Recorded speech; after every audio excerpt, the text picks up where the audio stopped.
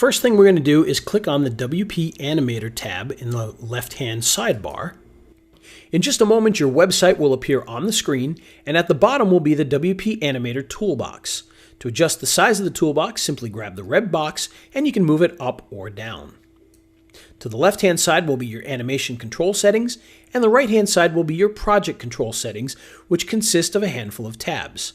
These tabs include your Animation tab, which will show all the different animated elements, your Settings tab, your Save Settings and Animations tab, your Docs, and your Close Program button. To the left-hand side, you'll also see a resolution setting, which will allow you to set it to full screen or to see what it'll look like in a mobile browser.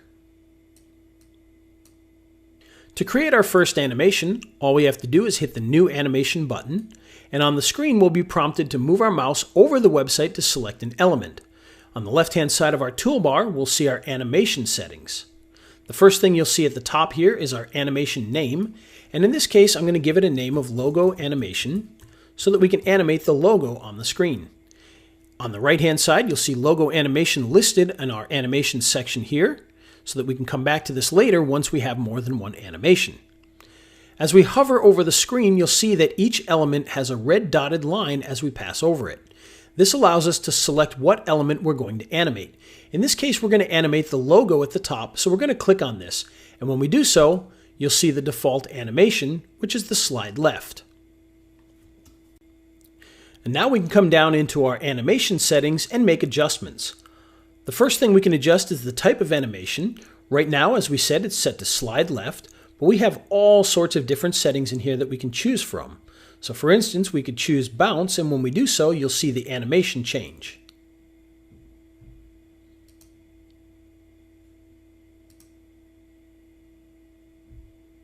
Once we find an animation that we like, we can choose that one and stick with it. If we want to replay the animation, all we have to do is hit the play button, and we'll see it animate back onto the screen. And we can adjust the timing of our animation by moving the slider left or right to increase or decrease the amount of time. If we want to go higher than 4.9 seconds, all we have to do is type in a number in the box, and we'll see the animation move much more slowly. We can readjust that to bring it down to the perfect time.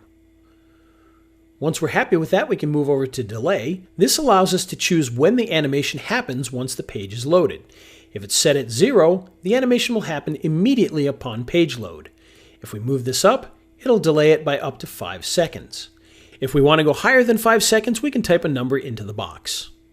Now the next thing that we can set is a second effect. A second effect is an animation that happens after the original effect is over.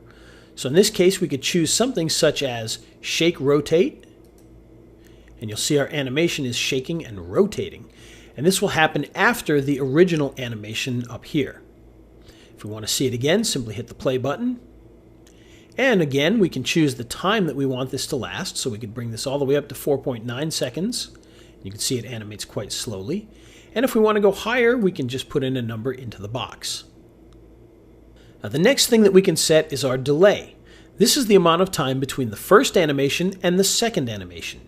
So in this case, we've got it set to 4 seconds, which means once the logo is animated onto the screen, it will wait 4 seconds and then do our Shake Rotate effect.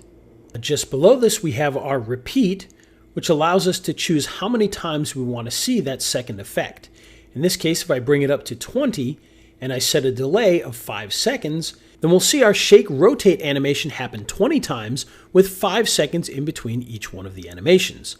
We can set this as high as we'd like or as low as we'd like. And of course, if we want to go higher than 20, we can just put a number into the box here. Well, there you go. That's the WP Animator plugin.